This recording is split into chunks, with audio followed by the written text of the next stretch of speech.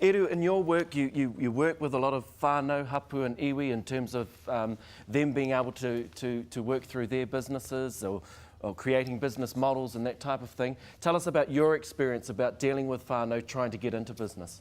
Well, before I get into that, I just want to touch on a couple of things that the speakers have spoken of. So I totally agree with Christian around his point around cultural capital, and I think Māoridom's abundant with cultural capital.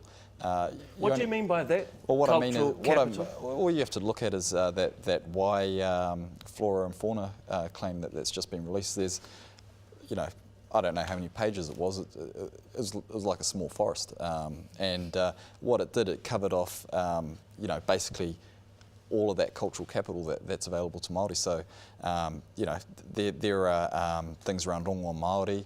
There's things around intellectual property. You name it, it's in there. Okay. But more than just those sorts of things, what I'm talking about is just our worldview. I don't want to get into stereotypes, but for me as a Māori, I know that my worldview is it's in the physical, but it's also in the I suppose the metaphysical as well. So there's that we need to remember. And in terms of education, I think that is a key for whether it be for a whānau, a hapu, an iwi, or New Zealand, or a nation. And it's not just good for entrepreneurs, it's good for whether you're going to be an employee or an entrepreneur. You've got to so sorry to interrupt you, but do you think you have to go to school, you have to go to university, you have to have a ticket to be a good entrepreneur? Not necessarily, and there's a whole lot of examples of people who haven't done that. Christian, I believe, is a great example of that. Is somebody with just a lot of inner strength and has gone out and done stuff. I think that, but what it does do is Rob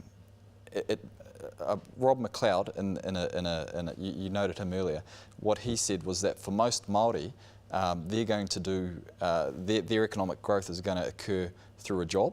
So although we need to push entrepreneurship and try to get those Māori business owners out there, we also need to get more Māori employed. So the way to do that is obviously through education. So you get win-wins just out of education.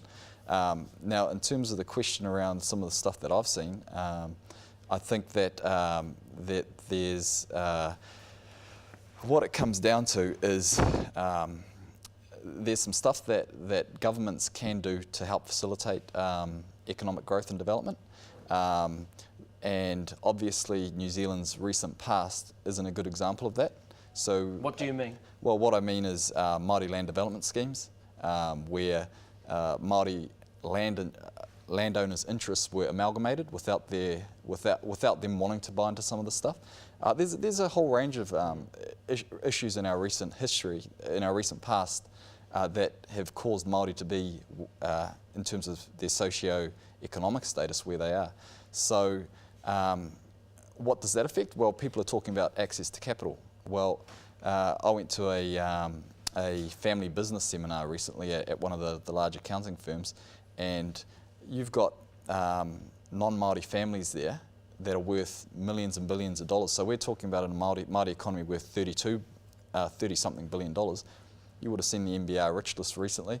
Well, probably the top 20 people there are worth the total size of the Māori economy. Now, I'm not saying that we don't need that. We need those people to do that. But what I'm saying is that Māori also need a fair chance to generate that sort of wealth. And that's for Māori to do that, but it's also for the government to create policy settings that are going to allow Māori to do that. Christian, tell us about your story. Did you get a fair chance when you thought, well, tell us about your story, when you thought, I want to own a business, I want to manage my own business? Yeah, I got off the nail. You know how you sit on a nail and it's like digging into you and you're going, wow, that's a pain in my ass, but excuse my English. But do you get off it? No, you sit there and you sit there and you sit there, right? And I sat there for a while and then I thought, you know what? What's the fear here? It's me, right? Fear is the worst thing. The worst thing in anyone, we all know that, right? We all agree with that here. Fear is the thing that's going to stop you from being whatever you want to be.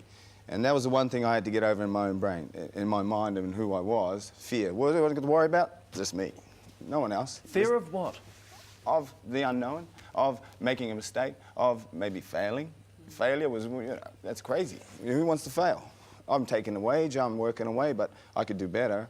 I could be my own boss. I could make this mine, my own company. I could step out of my own shoes and jump in and put another hat on and make money, real money, which gives me options, which gives me a future for my family and my children. I had to decolonize my mind. That's what I'm saying. A lot of us walk around colonized blaming Whitey. It's not Whitey's fault, it's me, I can't blame anyone else, it's me. So what's stopping me from doing it? It was me. That was the biggest hurdle. Once I jumped that hurdle, the rest of 400 meters was easy, bro. I'm breaking records in my mind. And I'm maybe not going anywhere fast, but I'm doing it. So, to me, that made me the different person. I had to change to the person, and that was about developing my business brain. This is what Sister here is saying. To develop the business acumen, I had to get some help from my mentor. So I got a mentor, a really good woman who's helping me to develop my brand, develop my business. So I stepped out of my comfort zone and stepped into this uncomfortable place whereby I found this other person, which is me, and just dragged him out of the closet, kicking and screaming. And from there, this big wide world opened up, which I knew about, but I kind of didn't really want to play, I was kind of like still holding on. And so once I evolved, I became the next whatever, I'm continually reinventing myself. So you overcame your fear, you got yourself a mentor, you had the confidence. What happened next? Well, I knew the business that I specialise in. I always was good at that. I was known for it, I was good at it, but I was making everyone else rich. So what did I have to do? I said, hey, I want to make myself. Well, it was my partner too. I went to New York City, I met this Jew, this woman who I married and fell in love with. Guess what? That's part of the secret. There is no secret. The hoary met the Jew. So the hoary got with the Jew, and the rest is history. That's right. Guess what? You know what? The Jews have been at it for 5,000 years. How long have the hoary's been at it? A few hundred. So I had the right mixture. It all happens. I put it out there, the universe gave it to me, and here I am. Nothing, there's no secret.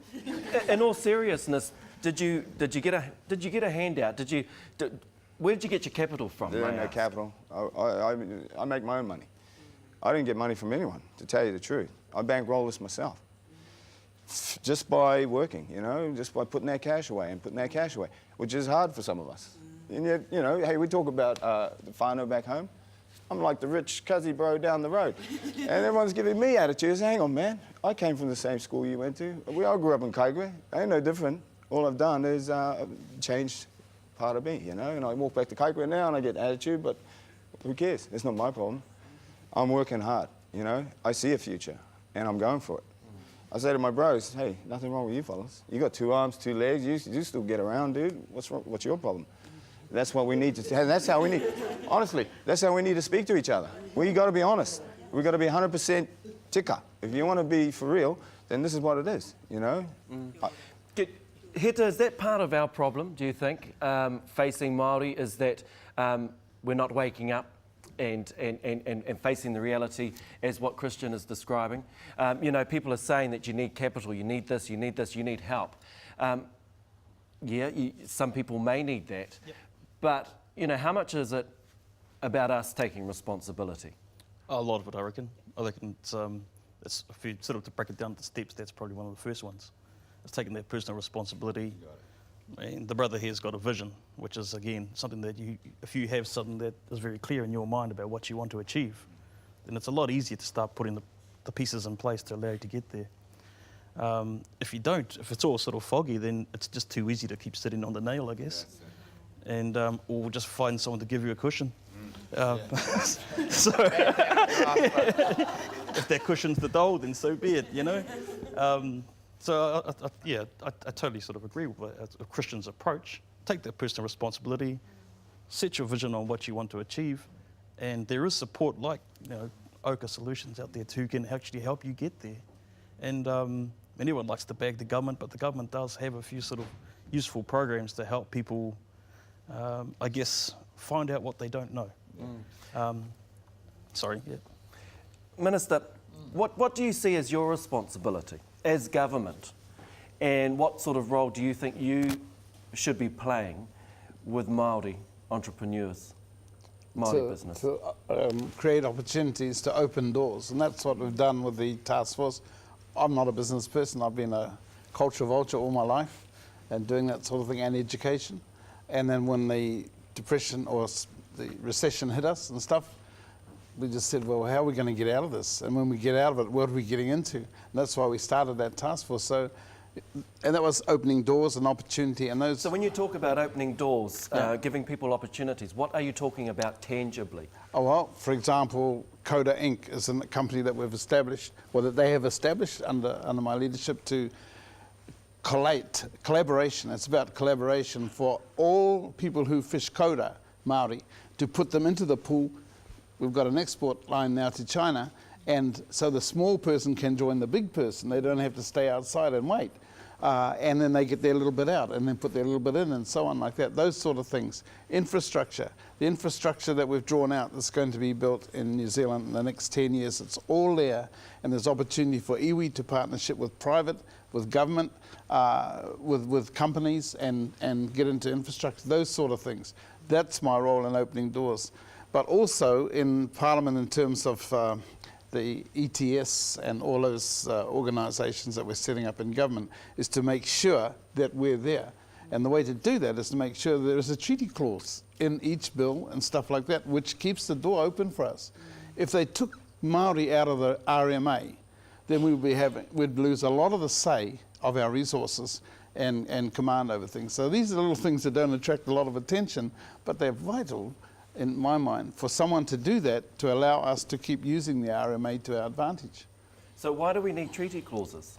Because it's the one, all political parties have said this in the past, that the treaty is our founding document of this nation. And Mason Jerry has said that. I mean, but I'm sorry, I apologise for interrupting. But the thing is too, is like Christian, he didn't need the treaty clause.